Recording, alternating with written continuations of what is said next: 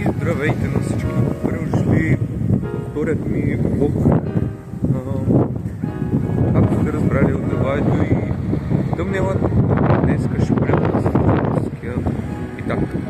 Макар че не съм казал съм написал, че ще бъде с българския, но както ми иде. Ще съм стигнал, че ще се бъдем с малко. Ние хора пристигнахме. Може да видите. Нямам представа колко видяхте, но както не.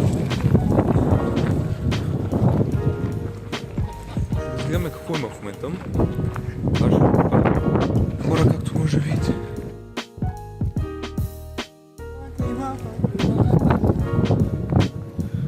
Може да видите такова. Да, даже какво е?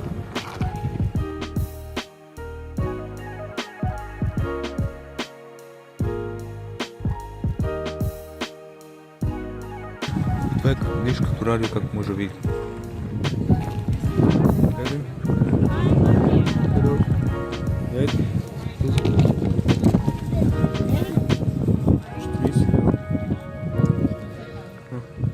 Вижте хора, това е iPhone 6. Чай да фокусира.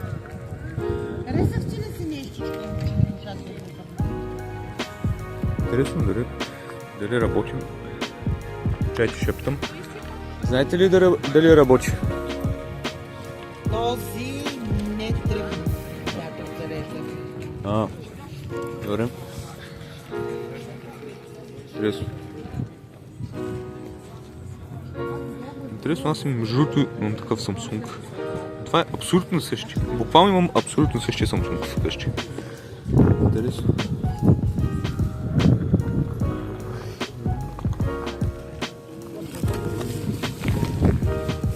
Ако не се лъжа е Samsung Pocket. Да видим дали тръгва реално. Не ми изглежда да тръгва много. Иначе интересно. Е такъв телефон имам на сила.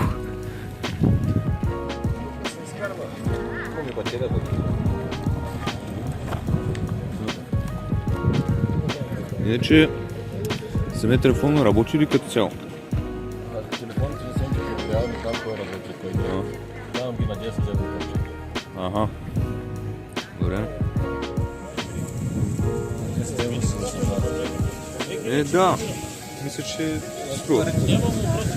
Аз имам, мисля, че точно 10 евро може даже да... Може да го взема примерно. Може и да го взема. Да. И хора, познайте. Вие го ето за телефон. Да. Не се лъжа, е Samsung Note. Не съм напълно сигурен кой Note, но някакъв Samsung Note. Ще проверим дали работи на село, ще видим дали работи, понеже след битака ще ходим на село, тъй че да. И между другото се спазарихме за 10 евро да получа 2 батерии. Няма гръб, но може би телефона работи. Тъй че това е много интересно. Тъй че да. Наистина, хора, на битака може да намерите какво ли не. Сега какво работи, кое не мога да ви кажа, обаче може да намерите много интересни работи. И да, хора, и какво намерих? Samsung Note, малко щупен, но може да работи. Съм проверявал, батериите май не са заредени, но е интересно. Да, наистина. Интересно е, че го намерих само за 10 евро, може би работещ. И да, хора. И така, хора, тръгвам и си, понеже стана много студено, пък и хората се разгрузнаха, че айде.